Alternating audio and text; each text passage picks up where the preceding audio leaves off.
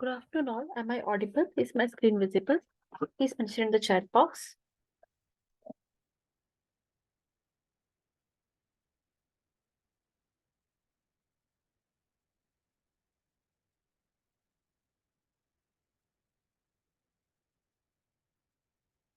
So we'll continue with the topic of micronutrients. It's chapter 19, page number 192. Those who have the textbook. Micronutrients.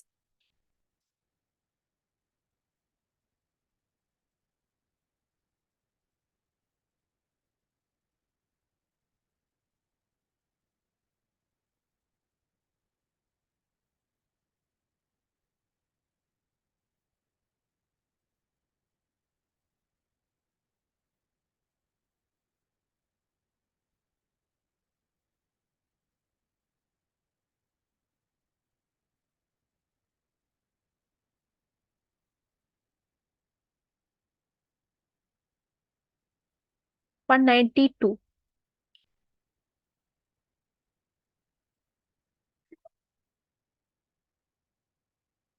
So vitamins and minerals are protective food and they constitute being the functional food. Okay. It means that those food or those nutrients which are functional in nature, which means if they lead to any deficiency, if there is any deficiency of these nutrients, it will cause any dysfunctional disorders within the human body. Okay. So vitamins are substances found in the food in very small amount. They are organic substances. Minerals are inorganic substances. Minerals don't have a carbon atom. Vitamins have a carbon atom. Okay.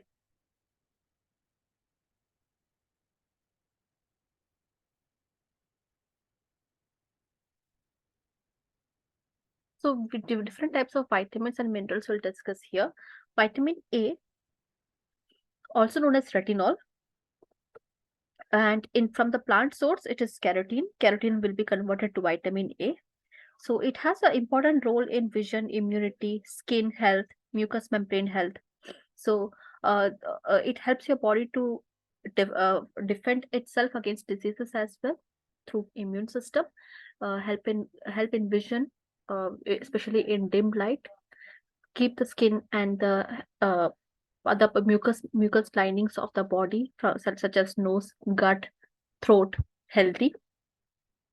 Prevent dryness of the mucous lining. If the mucous lining gets dried up, your first defense will be gone. Okay. So these are the main functions of vitamin A. Deficiency of vitamin A, the most common deficiency which is found in India, that is night blindness. Uh, Blindness due to the deficiency of vitamin A, we have a national program, nutritional program to fight this situation. So vitamin A deficiency it can be classified into these stages. The stage 1 is XN, that is night blindness. If it is not treated, if not corrected, it will lead to conjunctival cirrhosis. That is the dryness of the conjunctiva. Then it leads to white out spot, chalky spots will be found on the conjunctiva.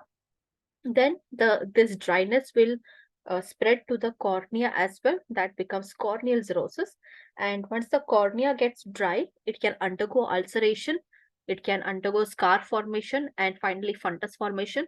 So once it has undergone ulceration, once the cornea undergoes ulceration or scar formation, then it is not reversible. Okay, then the person loses the eyesight forever. So these are the different stages of vitamin A deficiency. So it is preventable if you give doses of vitamin A as a part of an immunization schedule and at 6 month interval for children. If small doses of vitamin A is given, this can be prevented. Blindness due to vitamin A deficiency can be prevented. So we have a prophylaxis program. So infants less than 6 months of age should be given 50,000 international units of vitamin A. Non-breastfed infants, breastfed infants, both have to get this dose. Mothers who have not received supplemental vitamin A specifically for them, this dose has to be given. Infants who are above 6 months of age till 1 year Every 4 to 6 months, they should get the dosage of 1 lakh international units of vitamin A. After the first birthday, the dose increases by 2 lakh. Okay. Every 6 months, 2 lakh international units of vitamin A has to be given. And mothers within 8 weeks of delivery, they should also get 2 lakh international units of vitamin A prophylaxis. So this can prevent vitamin A deficiency in the infants as well as in the mothers.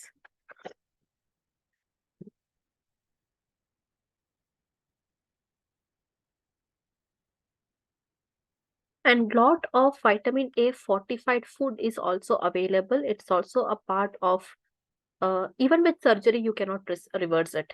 Okay. Once the scar formation happened, corneal scar, corneal fundus takes place, it cannot be reversed.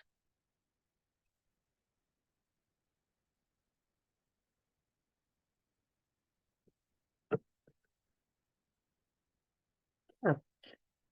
So a lot of food, milk, grains, attas are fortified with vitamin A to also to prevent the deficiency at population level. Okay.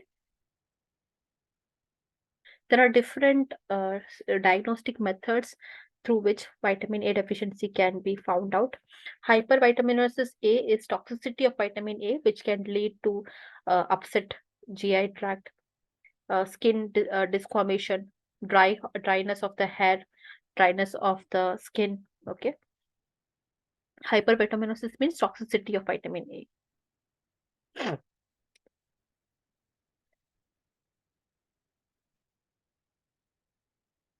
Next is vitamin D. Vitamin D, it is a fat soluble vitamin. It has long been known to help the body absorb and retain calcium and phosphorus. Both are critical for building bone. Vitamin D deficiency can lead to loss of bone density, which can contribute to osteoporosis and fractures. Severe vitamin D deficiency can also lead to other diseases. In children, it can lead to rickets, and in adults, it can lead to osteomalacia, osteoporosis. So, rickets is a rare disease condition that causes the bone to become soft and bent. And even osteomalacia, the bones become soft, and it's a painful situation. Osteomalacia, bones becomes very soft, and there is bone aches, joint aches, muscle aches, etc.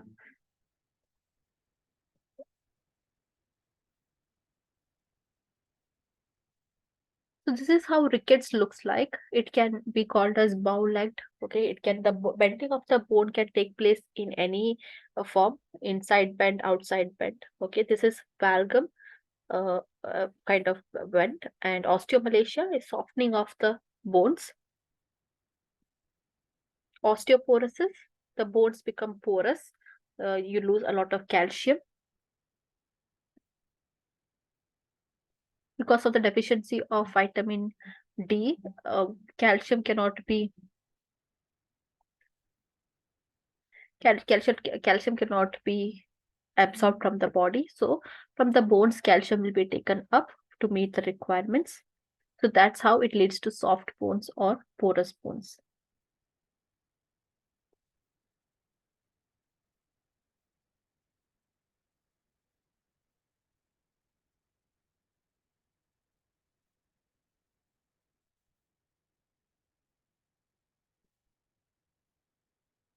Next is vitamin E.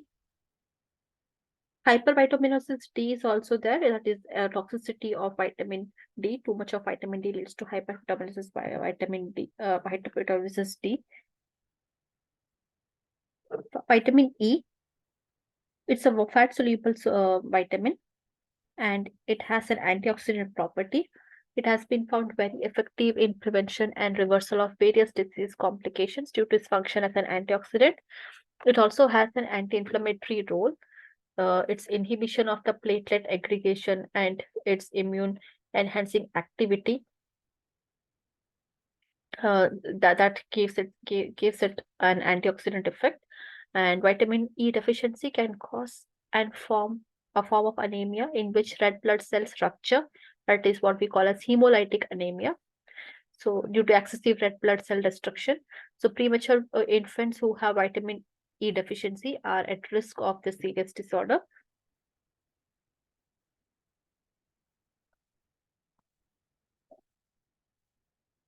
So it can lead to necrotizing enterocolitis as well in newborn children, as vitamin E is not easily transported across the placenta while the mother is pregnant.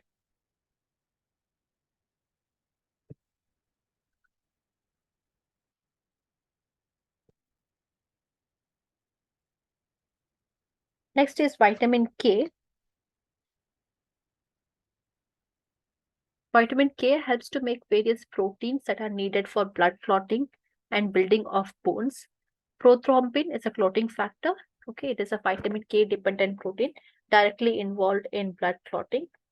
Then we have osteocalcin is another protein that requires vitamin K to produce healthy bone tissues.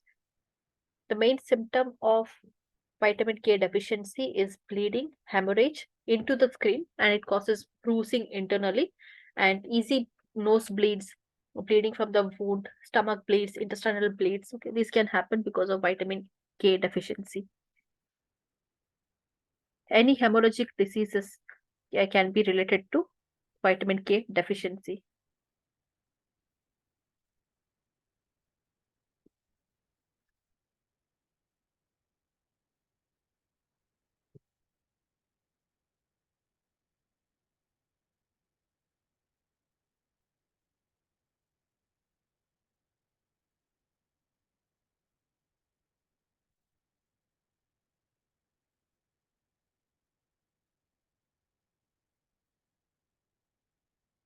Next is water soluble vitamins. All the vitamin B complexes and vitamin C comes under water soluble vitamins.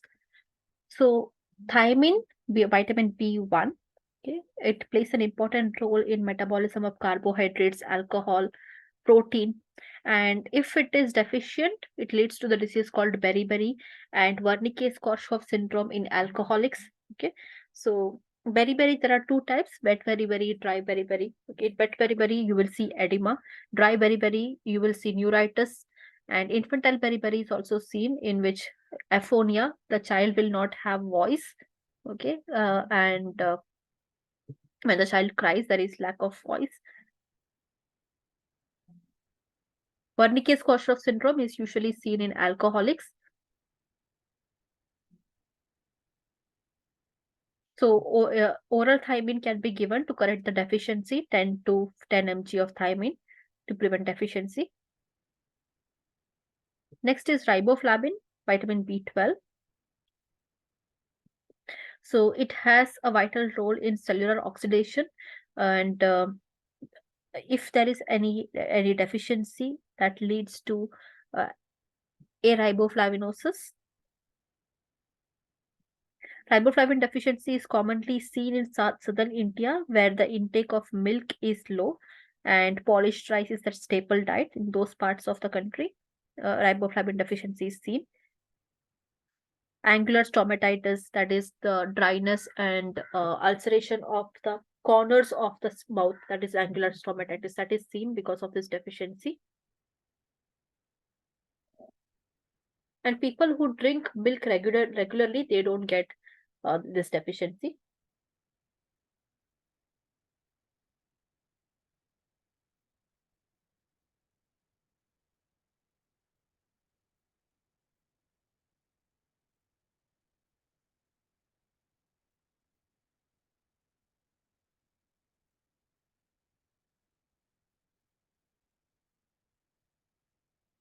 Then vitamin B3, niacinamide.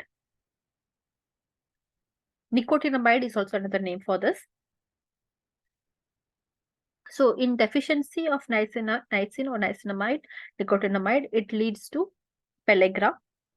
So pellagra is very rare, but it leads to dermatitis, diarrhea, and dementia. The 3 Ds, that is what pellagra comprises of: dermatitis, that is skin inflammation, diarrhea, and dementia. And Castle's necklace, when we will do the vitamin B complex classes, you can refer the recordings as well. In that, we have shown the picture of these Castle's necklace. There is a dark pigmentation, a V-shaped pigmentation on the neck. Okay, usually seen in prisoners. Okay, usually seen in prisoners. That is Castle's necklace. So that is also a sign of pellagra.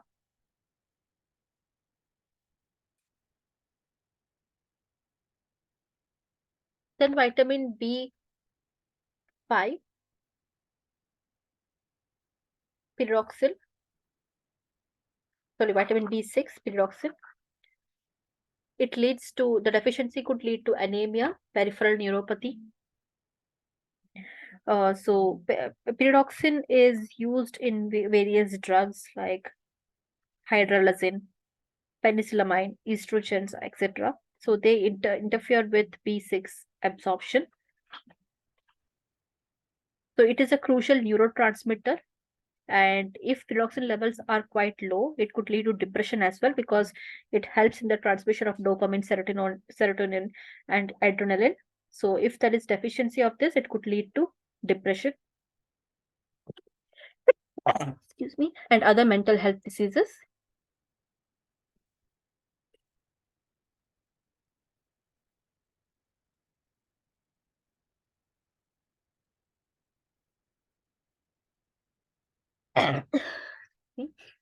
Then you have folic acid, vitamin B9 or vitamin B11. So it is very important for DNA synthesis, folic acid, and the deficiency of folic acid could lead to anemia, neural tube defects. Specifically, if the mother is deficient in folic acid, it could lead to neural tube defects in the children. That is spina bifida, anencephaly. Okay, the child's spinal cord and the brain will be underdeveloped. So folic acid is very important. Yeah, cleft lip, cleft palate. These all are examples of neural tube defects.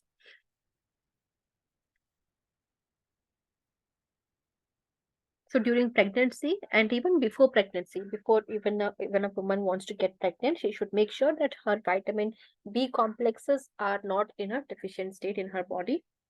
Supplementation is available. Folic acid supplementation is available. It helps in the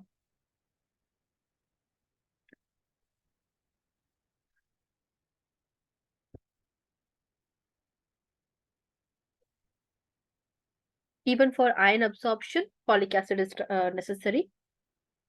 In some cases, it is also called as vitamin M.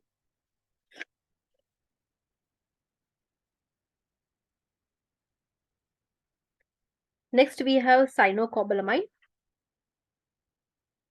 that is B12. It is called the red vitamin, which is only present in animal foods, fish, milk, etc. In milk, in very small quantities, it is available. It's not available in any plant-based food, and the deficiency of it could lead to megaloblastic anemia.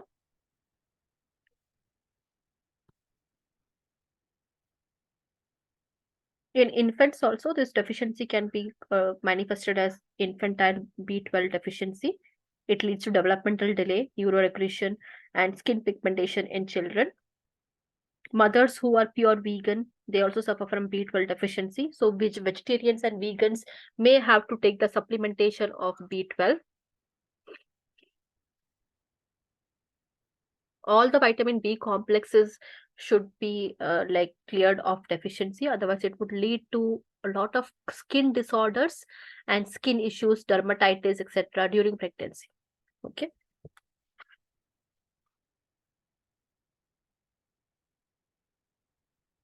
Then we have pantothenic acid, that is B5, vitamin B5.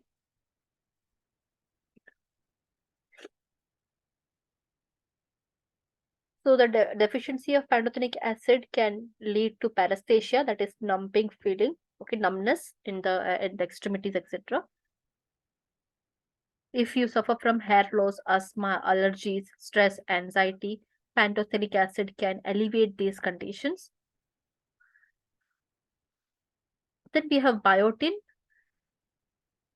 The deficiency of biotin could lead to dermatitis, alopecia, neurological defects, conjunctivitis.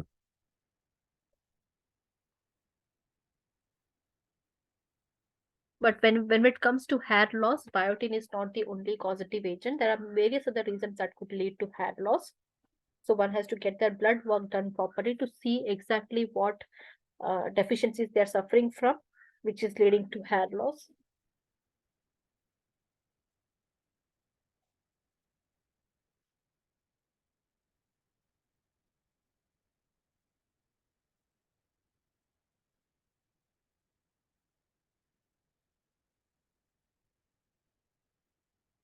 Then we have vitamin C, called as ascorbic acid, very strong antioxidant, okay, important for collagen formation in the body, wound healing, and it's water soluble, so it is lost during washing and cooking. Helps in the oral hygiene as well, health of your gums, tongue. Deficiency could lead to scurvy, that is bleeding gums, delayed wound healing, defective bone growth. Abundantly found in all citrus fruits and vegetables. But if it is exposed, if the fruits and vegetables are cut and it is exposed to the atmosphere, outer environment, it undergoes oxidation and the fruits and vegetables will lose its vitamin C.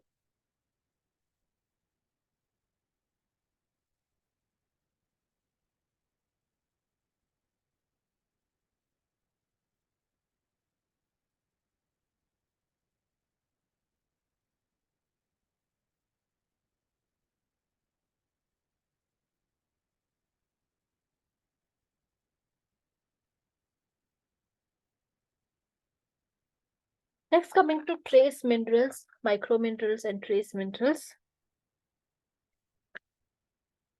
First is iron. So it's a part of the hemoglobin.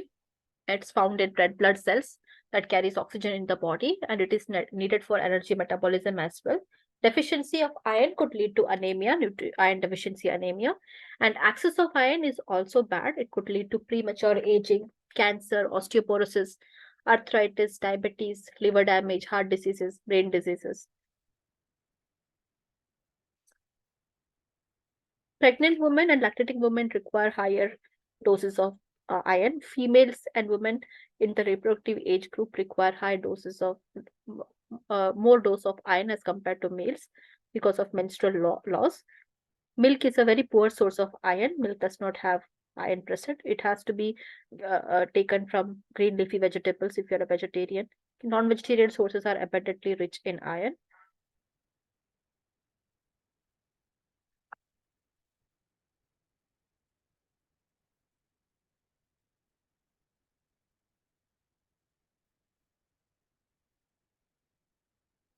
Next is iodine. It is found in thyroid hormone, which helps in regulating the growth and development and body metabolism. Growth and development in children, body metabolism in adults. Deficiency of iodine could lead to goiter uh, or any other iron deficiency disorders. Goiter is one of the iron deficiency disorder. Excess of iodine can lead to burning of mouth, throat and stomach, fever, abdominal pain, nausea, vomiting, diarrhea, weak pulse, and in some severe cases, it can lead to coma as well. And iodine fortified salts are available to treat the iodine deficiency at a mass population level. Salt can be fortified with iron as well as iodine, that is double fortified salt. Double fortified salt has iron as well as iodine.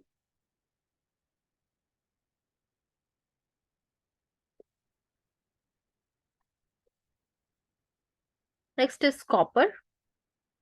Copper is an essential mineral. It is naturally present in some food and it's available as a dietary supplement as well.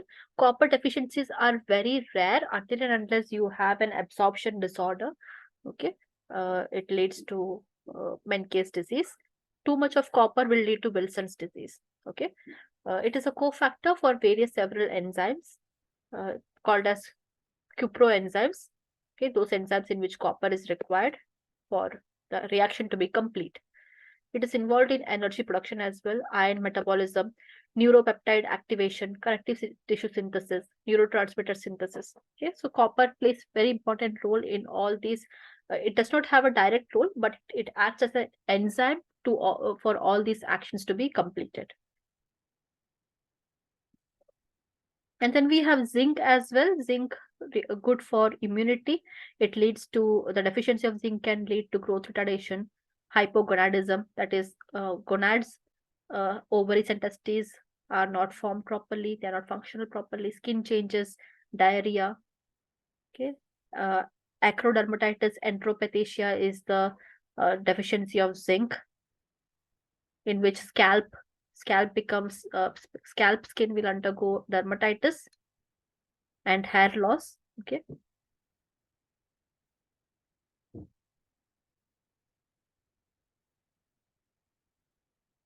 Zinc supplementation can be used as a treatment for Wilson's disease. In Wilson's disease, there is too much of copper. To combat too much of copper, zinc supplementation has to be given, because copper and zinc, they have a conflicting absorption. Okay, they don't allow each other's absorption. So those who suffer from Wilson's disease, that is too much of copper, when you start giving them zinc, automatically the copper absorption comes down, and the excess copper will be taken out of the body. And there are other micro minerals as well. They have mentioned like chromium, manganese, fluorine, molybdenum, selenium, cobalt, nickel, vanadium, silicon, arsenic. Okay, these all things you can read. Just few statements they have given on your own. You can read about it. Major micro minerals and micronutrients we have discussed here. If you have any queries, you can mention the chat box. It's just a briefing because in detail of all these vitamins and minerals, we have already taken classes. Classes are going on. Okay, in nutrition and dietetics, classes are going on. So I'm not taking these topics in detail.